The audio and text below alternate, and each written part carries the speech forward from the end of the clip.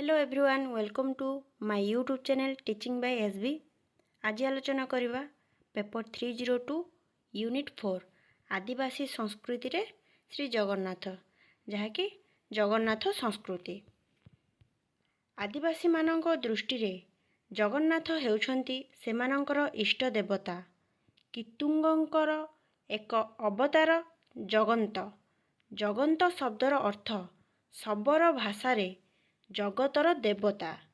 शबर मानकर विश्वास जे कितुंगंकर 10 रूप यथा जगंत, तोड़, तुमन, भीम, रर, गर्षिद, रामन, जोजेपल, मत ओ तिति सह जगन्नाथंकर 10 अवतारर संपर्क रहिछि। जगंतंक व्यतीत शबर माने सेमानंकर प्रसिद्ध देवतांकु अति आदରରେ जगा बोई बोली डाकंती। बोई शब्दर अर्थ देवता, माने जगा बोई बोली डाकंती। बोई शब्दर अर्थ हेउछि देवता। सुतरां एही जगा बोई जगा ठाकुर बा जगा देवता आमे श्रद्धारे जगन्नाथंकु जगा ठाकुर बा जगा देवता बोली डाकी थाउ। शबर मानंक मध्यरे जगन्नाथंकर अन्य एक प्राचीन नाम प्रचलित जहाँकि जगन्ना एलो। जगन्नाथ हेउछंती दारु देवता। शबर माने एक वृक्ष को जगंत भावे पूजा करिथांती। एही दृष्टिरू डॉक्टर बेणीमाधव पाढ़ी जुक्ति करंती जे जगन्नाथ शबर देवता। एकथा सत्य जे आजकू प्राय 1500 वर्ष तले शबर मानक द्वारा दारु देवता पूजित होथिले। जे आजकू प्राय 1500 वर्ष तले शबर मानक द्वारा दारु देवता जहाँकि श्री जगन्नाथ देवता पूजित हेउथिले। एही दारु देवता जगन्नाथंक पूर्व रूप। श्री जगन्नाथंकु कुहा जाए मादला। मादला शब्दर अर्थ हस्तपद विहीन गंडी। एबे मध्य शबर मानक मध्यरे एही मादला पूजा प्रचलित। ऑस्ट्रेलिया, आफ्रिका प्रभृति महादेशर आदिम अधिवासी मानकर ठाकुर मूर्ति काष्ठ निर्मित।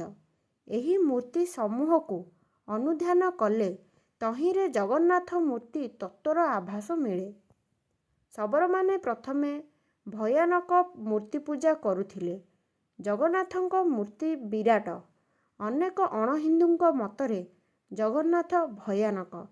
आदिवासी कंधमाने ग्राम सीमारे वृक्ष मूलरे 3टी प्रस्तर धाड़ी करी रखी ता उपरे अन्य एक प्रस्तर रखी पूजा करती। आदिवासी कंधमाने ग्राम सीमारे गाँर सीमारे वृक्षर मूलरे 3टी पत्थर प्रस्तर कहले पत्थर धाड़ी करी रखी ता उपरे अन्य एक पत्थर रखी पूजा करती।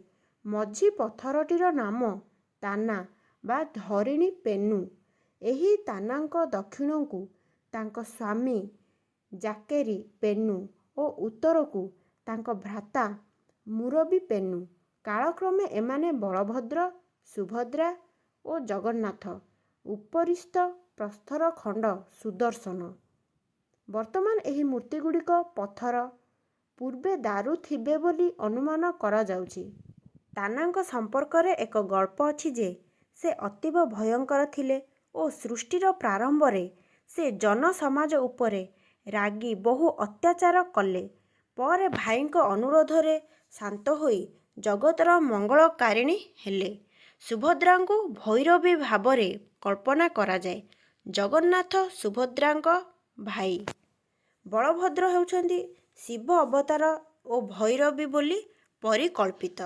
ए दृष्टिरू कंध जातिर देवता तत्व सहित जगन्नाथंक त्रिमूर्ति ओ चतुर्धा मूर्ति तत्वर अनेक साम्य परिलक्षित हुए। एहा छड़ा सारला महाभारत रे सबरी नारायण प्रायतः शबर पूजित देवता। एही सबरी नारायणक परवर्ती संस्करण हेउछंती नीलमाधव। एई जे सबरी नारायण परवर्ती संस्करण हेउछंती नीलमाधव।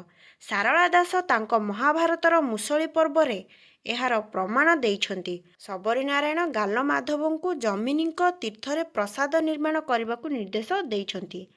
से क्षेत्र अधिपति जमेश्वर देव आंभर नाम तही होइब नीलजे माधव। ଏହାପରେ ଗାଲମାଧବ ଶବରୀ ନାରାୟଣଙ୍କୁ ଜମିନୀଙ୍କ ତୀର୍ଥକୁ ନେଇଛନ୍ତି। କିଛି କାଳ ପରେ ଗାଲମାଧବଙ୍କର ମୃତ୍ୟୁ ଘଟିଛି। ଗାଲମାଧବଙ୍କ ମୃତ୍ୟୁର କିଛି କାଳ ପରେ ମର୍ତ୍ତ୍ୟରେ ବିରାଟ ରାଜାଙ୍କ ବଂଶଧର ଇନ୍ଦ୍ରଦ୍ୟୁମ୍ନ ରାଜତ୍ୱ କଲେ। ସେ ଏକଦା ଜମିନୀଙ୍କ ତୀର୍ଥରେ ପହଞ୍ଚି ଶୁକମୁନିଙ୍କ ଠାରୁ ଶୁଣିଲେ ଏହି ତୀର୍ଥରେ ଜଗନ୍ନାଥ ବିଜେ କରିବେ। ଏହାପରେ ରାଜା ଏହି ସ୍ଥାନରେ ମନ୍ଦିର ନିର୍ମାଣ କଲେ। ବିଶ୍ୱାବସୁ ମନ୍ଦିରର ଶୁଭ ଦେଲେ। ଏଇଠି କହିବାର କଥା, ମନ୍ଦିର ନିର୍ମାଣ ସମ୍ପର୍କରେ ଯେତେ କିମ୍ବଦନ୍ତୀ ସୃଷ୍ଟି ହୋଇଛି, ସେ ସବୁଥିରେ ଶବର ସଂସ୍କୃତିର ପ୍ରାଧାନ୍ୟ ପରିଲକ୍ଷିତ। ନୀଳମାଧବଙ୍କ ପ୍ରଥମ ପୂଜକ ହେଉଛନ୍ତି ବିଶ୍ୱାବସୁ ଶବର।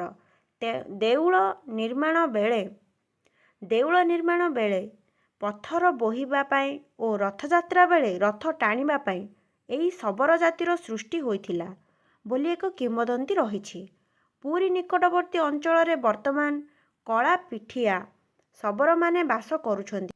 ସେମାନେ ରଥ ଟଣା ବେଳେ ନିଯୁକ୍ତ ହୁଅନ୍ତି ଓ ଏଥିପାଇଁ ଏମାନେ ଜାଗିରି ଭୋଗ କରୁଛନ୍ତି। ନବକଳେବର ସମୟରେ ବ୍ରାହ୍ମଣ, ବିଦ୍ୟାପତି ଓ ବିଶ୍ୱାବସୁ ଶବର ବଂଶର ଲୋକେ ଦାରୁ ଅନ୍ୱେଷଣରେ ଯାଇଥାନ୍ତି। ସେହିଭଳି ଦାରୁ କଟାଯିବା ପୂର୍ବରୁ ବନଯୋଗ କାର୍ଯ୍ୟ ଆରମ୍ଭ ହୁଏ। ଏହି କାର୍ଯ୍ୟରେ ହୋମ ମଣ୍ଡପ ନିର୍ମାଣ ଓ ଶବରୀପଲ୍ଲୀ ନିର୍ମାଣ ହୁଏ। ଆହୁରି ମଧ୍ୟ ବ୍ରହ୍ମ ନୂତନ ବିଗ୍ରହରେ ସ୍ଥାନଲାଭ କରିବା ପରେ ପୁରୁଣା ଦାରୁଙ୍କୁ ଶ୍ରୀମନ୍ଦିରସ୍ଥ ମାଧବୀ ଲତା କୁଞ୍ଜ ତଳେ ମାଟିରେ ପୋତି ଦିଆଯାଏ। ଏହି ଦାରୁଙ୍କର ଅନ୍ତ୍ୟେଷ୍ଟିକ୍ରିୟାର ତତ୍ତ୍ୱାବଧାରକ ହେଉଛନ୍ତି ବିଶ୍ୱାବସୁ ଶବର ବଂଶୀ ଓ ଦଇତା ସେବକ ସମୂହ। ସେମାନେ ଏହି ଅନ୍ତ୍ୟେଷ୍ଟିକ୍ରିୟା ପରେ 10 ଦିନ ହବିଷାନ୍ନ ଖାଇ 11 ଦିନ ବଡ଼ ଦେଉଳରୁ ବାହାରି ମାର୍କଣ୍ଡେୟ ପୁଷ୍କରିଣୀରେ କ୍ଷୌର କାର୍ଯ୍ୟ ଓ ସ୍ନାନାଦି କାର୍ଯ୍ୟ ସମାପନ ପୂର୍ବକ ରାଜପ୍ରଦତ୍ତ ନୂତନ ବସ୍ତ୍ର ପରିଧାନ କରନ୍ତି। ପୁଣି ଶ୍ରୀମନ୍ଦିରକୁ ଫେରିଆସି ଶାନ୍ତି ଉଦକ ପାନ କରନ୍ତି।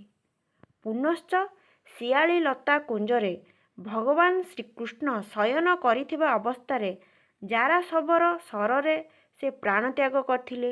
ଏହି ଘଟଣା ସମ୍ଭବତଃ ଯୋଡ଼ା ଆଷାଢ଼ରେ ଘଟିଥିଲା ଏବଂ ଏଥିପାଇଁ ସେହି ବିଶିଷ୍ଟ ଦିବସର ସ୍ମରଣ ଲାଗି ଆବାହମାନ କାଳରୁ ନବକଳେବର ଉତ୍ସବ ପାଳିତ ହୋଇଆସୁଛି। ମହାଭାରତର ମଧ୍ୟ ପର୍ବରେ ବର୍ଣ୍ଣିତ ଖାଣ୍ଡବ ବନ ଦହନ ସମୟରେ ଅର୍ଜୁନଙ୍କ ଶବର ବେଶ ଶବର ସଂସ୍କୃତିର ସଂକେତ ବହନ କରେ। ଏହାଛଡ଼ା ଶ୍ରୀକୃଷ୍ଣଙ୍କ ମଥାର ମୟୂର ଚନ୍ଦ୍ରିକା, ଗଳାର ବନମାଳା, ହୃଦୟର ପଲ୍ଲବ, ବଂଶୀ ଏସବୁଥିରେ ବନବାସୀ ସଭ୍ୟତା ଲୁକ୍କାୟିତ। ଦାଣ୍ଡି ରାମାୟଣ ଓ ବାଲ୍ମୀକି ରାମାୟଣରେ ରାମଚନ୍ଦ୍ର ଶବରୀ ହାତରୁ ଫଳ ଭକ୍ଷଣ କରିଥିବାର ବର୍ଣ୍ଣନା ରହିଛି।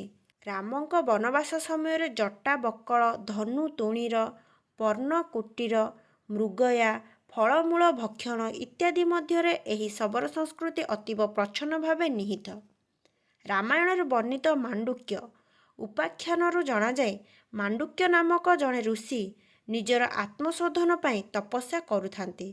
ଥରେ ତାଙ୍କର ବାଲ୍ୟ ବନ୍ଧୁ ଶ୍ରୀକୃଷ୍ଣ ଆସି ତାଙ୍କ ଆଶ୍ରମରେ ପହଞ୍ଚିଲେ। ବନରେ ଜଳ ମିଳୁନଥିବା କଥା ମାଣ୍ଡୁକ୍ୟ ଶ୍ରୀକୃଷ୍ଣଙ୍କୁ କହିବାରୁ ଶ୍ରୀକୃଷ୍ଣ ଇନ୍ଦ୍ରଙ୍କୁ ଜଳ ପାଇଁ ପଠାଇଲେ। ଇନ୍ଦ୍ର ଶବର ବେଶରେ ଶିକାର କରିଥିବା ଏକ ହରିଣକୁ ଧରି ଫେରିଲେ। ତାଙ୍କ ବାଉଁଶ ନଳୀ ମଧ୍ୟରେ ଥିବା ଜଳ ମାଣ୍ଡୁକ୍ୟଙ୍କୁ ଯାଚିଲେ। ମାଣ୍ଡୁକ୍ୟ ଜଣେ ଘାତକ ଅସ୍ପୃଶ୍ୟ, ନିକଟରୁ ଜଳ ନେବାକୁ ରାଜି ନ ହେବାରୁ ଇନ୍ଦ୍ର ଛଦ୍ମବେଶ ତ୍ୟାଗ କରି ମାଣ୍ଡୁକ୍ୟଙ୍କୁ ବୁଝାଇ ଦେଇଥିଲେ ଯେ ମଣିଷ ମଣିଷ ଭିତରେ ଏଭଳି ଛୁଆଁ ଅଛୁଆଁ ଭାବ ରହିବା ଅନୁଚିତ। ଶ୍ରୀଜଗନ୍ନାଥଙ୍କ ପୂଜାରୀତି ମହାପ୍ରସାଦ ଭକ୍ଷଣରେ ଭେଦାଭେଦ ନଥିବା, ଦାସିଆ ବାଉରୀଠାରୁ ଭୋଗ ଗ୍ରହଣ କରିବା, ମହାଲକ୍ଷ୍ମୀ ଚଣ୍ଡାଳୁଣୀର ପୂଜା ଗ୍ରହଣ କରିବା ଘଟଣାରୁ ଜଣାଯାଏ ଜଗନ୍ନାଥ ସଂସ୍କୃତି ହେଉଛି ମାନବବାଦର ସଂସ୍କୃତି। ସୁତରାଂ ମାଣ୍ଡୁକ୍ୟ ଉପାଖ୍ୟାନ ଅନୁଯାୟୀ ସମ୍ଭବତଃ ଆଦିବାସୀ ସଂସ୍କୃତିର ପ୍ରଭାବ ଜଗନ୍ନାଥ ସଂସ୍କୃତିରେ ପ୍ରତିଷ୍ଠିତ ହୋଇ ଆଜି ପର୍ଯ୍ୟନ୍ତ ରହିଆସିଛି। ଓଡ଼ିଶାର ସଂସ୍କୃତି ଓ ଚେତନା ସହିତ ଆଦିବାସୀ ସଂସ୍କୃତି ଓତପ୍ରୋତ ଭାବେ ଜଡ଼ିତ। ଏ ଦେଶ ଜଗନ୍ନାଥଙ୍କର, ଏ ଜାତି ଜଗନ୍ନାଥଙ୍କର, ଏ ଦେଶର ଧର୍ମ ହେଉଛି ଜଗନ୍ନାଥ ଧର୍ମ, ସର୍ବଧର୍ମ ସମନ୍ୱୟର ପ୍ରତୀକ। ଏ ସଂସ୍କୃତି ହେଉଛି ଜଗନ୍ନାଥ ସଂସ୍କୃତି। ଜଗନ୍ନାଥଙ୍କ ଇତିହାସ ମାଦଳାପାଞ୍ଜି ହେଉଛି ଉଡ୍ର ବା ଓଡ଼ିଶାର ଇତିହାସ।